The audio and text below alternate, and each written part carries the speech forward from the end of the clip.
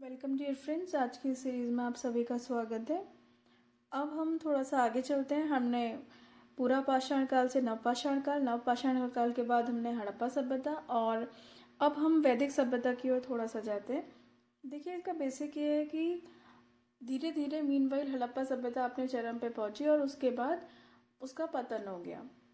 हड़प्पा सभ्यता अपने कैरेक्टर में बिल्कुल नगरीय सभ्यता थी और उसके विपरीत जो वैदिक सभ्यता है वो ग्रामीण सभ्यता थी। वैदिक आर्य हड़प्पाई लोगों की तरह एक नगरीय सभ्यता को स्थापित तो नहीं कर सके, लेकिन बौद्धिक और सांस्कृतिक क्षेत्र में जो वैदिक आर्यों की महत्वपूर्ण उपलब्धियां रही हैं वह भारतीय सभ्यता को आकार देने में उन्होंने बहुत ही महत्वपूर्ण योगदान दे दिया, जिसको भुलाया नहीं जा सकता।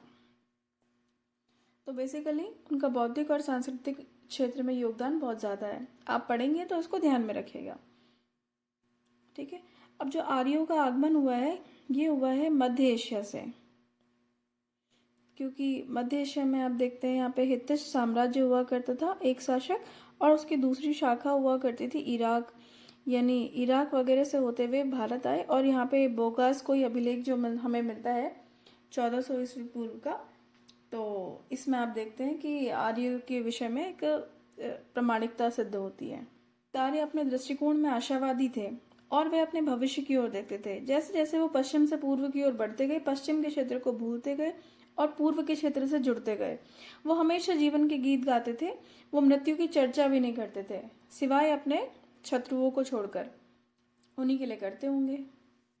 दूसरा बिंदु, वैदिक साहित्य जो ऋग्वेद, सामवेद, यजुर्वेद, अथर्ववेद, तो ये वैदिक आर्यों के बौद्धिक उत्कर्ष को दर्शाते हैं कि उनकी सोच धीरे धीरे बहुदेववाद से एकेश्वरवाद की तरफ बढ़ती गई। देखिए, ये बहुत बड़ा लक्षण है। ये बहुदेववाद से एकेश्वरवाद ये वैदिक काल से शुरू हुआ, और देखिए आगे राजा राममोहन राय और भी बड़े बड़े जो दार्शनिक देखेंगे आप, वो इस एकेश्वरवाद पे बात करते हैं। फिर देखते हैं कि उपनिषदों में अद्वैतवाद का रूप ले लिया इसने आगे चलकर, ठीक है। अद्वैतवाद क्या है? ब्रह्म और जीव की एकता की बात करता है। अहम ब्रह्मास्मि कहते हैं ना, तथा ज्ञान के महत्व पे बल देता है, ठीक है। अब कर्मकांड कम होने लगे और ज्ञान के महत्व पे बल है। धीरे धीरे आगे आप देखेंगे तो एक वक्त तो कर्मकांड बहुत ज्यादा थे, धीरे धीरे कर्मकांड की जो बातें थी वो बहुत ज्यादा होने लगी थी। समाज को बड़ा जटिल बना दिया था, लोगों के लिए भी ये सब फॉलो करना मुश्किल हो गया। तो धीरे धीरे वो सारी चीजें टूटती हैं और आगे ज्ञान के महत्व पे बल दिया जाने लगता है। तो ये अद्वैतवादी चिंतन भारतीय दर्शन का प्राण तत्व बन गया। इसे उद्घाटित करके स्वामी विवेकानंद ने शिकागो विश्व धर्म सम्मेलन में भारत की पहचान स्थापित करी। अभी जो आर्य हैं ये पंजाब, हरियाणा, कश्मीर, राजस्थान, पश्चिमी उत्तर प्रदेश यहाँ तक ही बसे हैं। उन्होंने अभी यमुना घाटी को पार नहीं करा है, वो भी गंगा और यमुना के दोआब में भी नहीं है, ठीक है। और ऊपरी दोआब यानी उत्तर वैदिक काल में आबाद होता है गंगा का दोआब, निचला दोआब पूरे मध्यकाल में जाकर के आबाद होता है, ठीक। कि साहित्य के क्षेत्र में भी वैदिक आर्यों की विरासत देखी जा सकती है।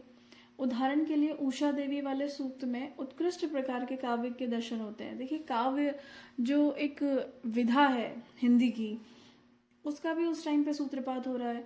इसी प्रकार ऋग्वेद के संवाद सूक्त में नाट्य कला का विकास देखा जाता है। फिर आप सामवेद जो है वो भारतीय संगीत शास्त्र पर प्राचीनतम ग्रंथ है। इस आधार पर वैदिक आर्यों ने संगीत के क्षेत्र में भी योगदान दिया।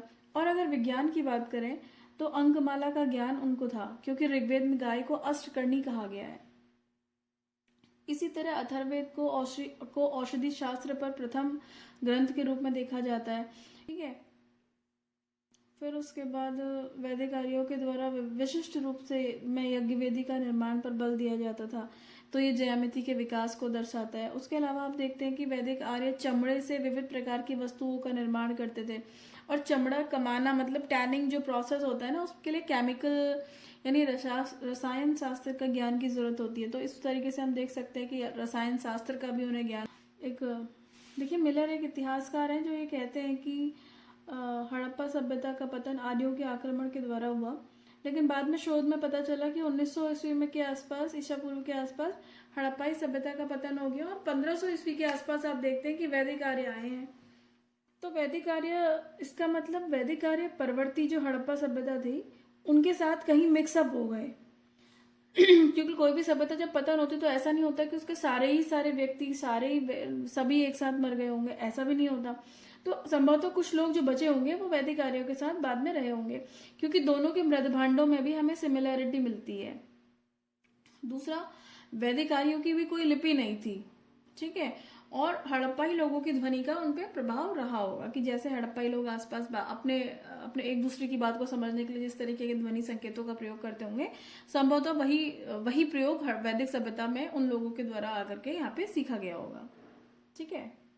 तो इस तरीके से ना एक पेपर में लिख सकते हैं पूरा का पूरा, कि आपसे क्वेश्चन अगर पूछ लिया जाए कि भारतीय संस्कृति में वैदिक आर्यों की क्या देन है, तो इस तरीके से आप इसको लिख सकते हैं कि वैदिक सभ्यता नगरी तो नहीं थी, लेकिन बौद्धिक और सांस्कृतिक क्षेत्र में इसका योगदान रहा। फिर आर्य दृष्टिकोण में आशावादी थे, भविष्य की ओर देखते थे, पश्चिम की ओर बढ़ते गए, पश्चिम से पूर्व की ओर बढ़ते गए, पश्चिम को भूलते गए, पूर्व में जुड़ते गए, ऐसा ये सारी चीजें आप उसमें लिख सकते हैं। फिर लिखते हैं कि ये थोड़ा इंट्रोडक्शन हो गया। फिर बॉडी पार्ट में धीरे धीरे लिखेंगे आप कि वैदिक साहित्य बौद्धिक कार्यों का बौद्धिक उत्कर्ष दर्शाता है। तो सोच धीरे धीरे बहुदेववाद से केशरवाद की ओर बढ़ गई, जिसने उपनिषद के रूप में अद्वैतवाद का रूप ले लिया, फिर जिसने आगे भारतीय चिंतन को प्रभावित किया, चाहे विवेकानंद हो, चाहे रामकृष्ण राजा राममोहन राय हो। तो ये सारी चीजें आप ले सकते हैं। फिर आप साहित्य में भी देख सकते हैं, उषा देवी के वाले सूक्त में काव्य के दर्शन, संवाद सूक्त, ऋग्वेद, नाट्य कला का विकास, फिर सामवेद देखिए संगीत का विकास, फिर विज्ञान में अंकमाला, अष्टकर्णी कहते हैं गाय को, फिर अथर्ववेद औषधि शास्त्र, फिर यज्ञ वेदी का निर्माण मतलब ज्यामिति का विकास, ठीक है, टेक्नोमेट्री। फिर आप देखिए आर्य चमड़े की विविध प्रकार की वस्तु बनाते थे, तो रसायन शास्त्र के ज्ञान से भी वो विज्ञ थे। तो इस तरीके से आप इन चीजों के उत्तर दे सकते हैं और अपने एक शॉर्ट नोट्स क्रिएट कर सकते हैं। तो देखिए एक मिस्र मेसोपोटामिया तथा यूनान की संस्कृति के विपरीत भारत की प्राचीन संस्कृति अविच्छिन्न रूप में चलती रही, इस कथन का परीक्षण करिए।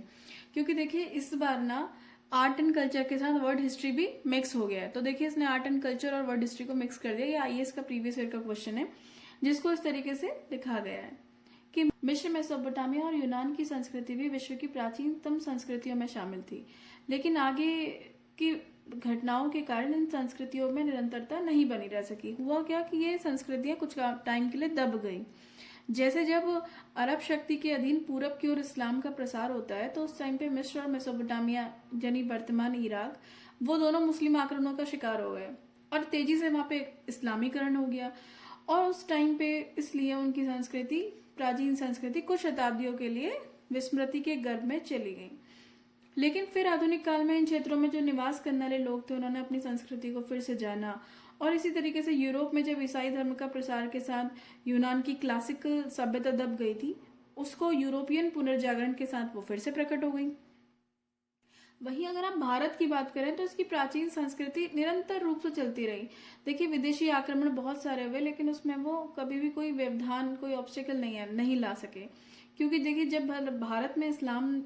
जब इस्लाम ने भारत को जीत लिया, तो भारतीय संस्कृति को नहीं मिटा सका क्योंकि मुस्लिम शासक वर्ग लोग नगरों में स्थापित रहे, और जबकि ग्रामीण क्षेत्रों में हिंदू रीति रिवाज परंपराएं चलती रही।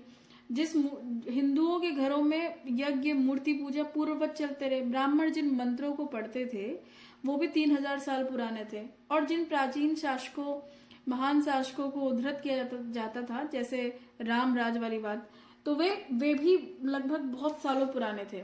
तरीके से हम कह सकते हैं कि अन्य संस्कृतियों के विपरीत भारत की प्राचीन संस्कृति अविच्छिन्न रूप से चलती रही।